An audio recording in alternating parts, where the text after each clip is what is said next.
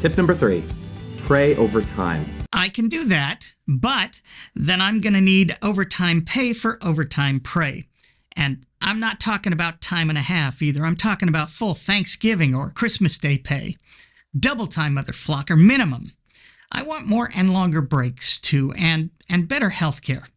Go Unions! 1 Thessalonians chapter 5, verse 17. Pray without ceasing. Now, correct me if I'm wrong, but this video is giving us tips for how we can discern God's voice from our own, right? Because apparently God sounds a lot like us, whoever we are, and it's difficult to tell who's saying what. Well, here's a tip from Bri. If you're constantly talking, it's really hard to hear. You're welcome. In this passage, Paul gives the command to the church of Thessalonica to keep on praying and to not stop. So one of the best tips that I can give to people when they're trying to figure out if a voice is God's is to see if those thoughts can stand the test of time. What thoughts? You're praying without ceasing. When do you have the time to think about anything but praying, and how you can continue to do that without ceasing? And what is there to test? We know what's going to happen over time. You're going to be praying until later, of course, when you're still going to be praying. For example, in my past, there were times when I found certain women attractive, but I wasn't sure if God was okay with me going out with them. Okay, I gotta know in the comments, were any of you ever this batshit mushrooms crazy when you were religious? Did you ever actually wonder whether God was okay with you going out with a particular person? Was this a concern for you? Hitch used to talk about heaven being a celestial North Korea. But apparently from this video, a lot of Christians have gotten an early start. And in many cases, I'd pray for a period of time. Oh! He just told us to pray ceaselessly. And now he's saying he prayed only for a period of time? He's making it up as he goes along. No, I'm not. And I'd pray, God, I like so-and-so. What do you think? Can I go out with them? Should I go out with them? I'm not sure I knew anyone who thought they had to get God's approval to date someone, although I'm sure there were Mormons every bit as wacky. I prayed to God to make sure that the girl I wanted to marry was the one, capital T, capital W. That worked out really well for everyone. And in those times of prayer, as the days went on, many times I would either realize that I wasn't really interested, or my feelings came from an unhealthy place. Was it Florida? Texas, maybe? And just how unhealthy? What are we talking about here? Are we talking it rubs the lotion on its skin unhealthy? Was her dad rich and you thought maybe you could get some kind of nice high-paying corporate gig at daddy's company?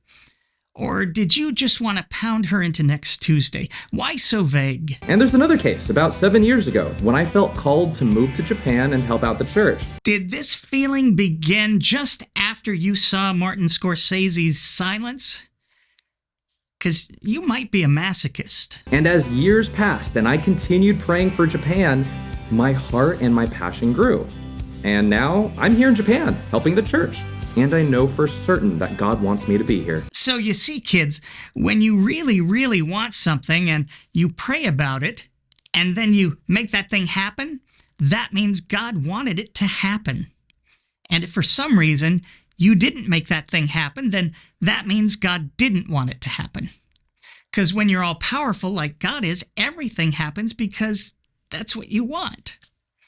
It's pretty simple, really. So one tip that I'd give to people who are trying to hear God's voice is to let some time pass and to pray without ceasing. Well, just about the only thing you can do when you're praying without ceasing is to let some time pass. That's pretty much axiomatic. Right, Cameron? You see, emotions will go up and down, so time is a tool that you can use if you need to figure out if you're just being emotional. So is he saying that we need to beware of our emotions when we're making big life decisions, like whether or not we should date a particular person or move to another country? How about whether we should turn our lives over to some dying, resurrecting God-man? Because I went to a harvest crusade years ago with a Christian friend, and boy, that altar call stuff, It was nothing but emotion. Oh, I guess that's how we know now that was not God speaking, right? Good tip, Whiteboard guy. And all of you who got sucked into that kind of thing, you really need to rethink your entire lives. And for situations that require a more immediate answer, I would recommend fasting. Because everyone knows we all do our best thinking on an empty stomach, right?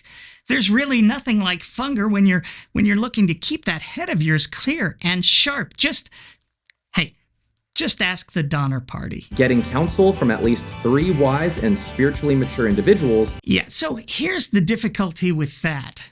Good luck finding 3 wise and spiritually mature individuals who will stop praying long enough to listen to you and help you with your problem. I mean, these people know that you gotta pray ceaselessly, right? So you might have to find 3 stupid people who have the spiritual maturity of, let's say, a Kirk Cameron or a Kenneth Copeland. And dedicating some time to unplug from the world to hear from God through prayer and His Word. I know a number of people who'd like to unplug me from the world. So after all of that, do we really have any reliable way to discern God's voice from our own? I remember Mormon friends and families who would pray about all kinds of things, everything really. They'd get their answer, and then they'd have everything come crashing down on their heads when they followed God's voice. Of course, that was God needing to put them through the shipper so that they could grow.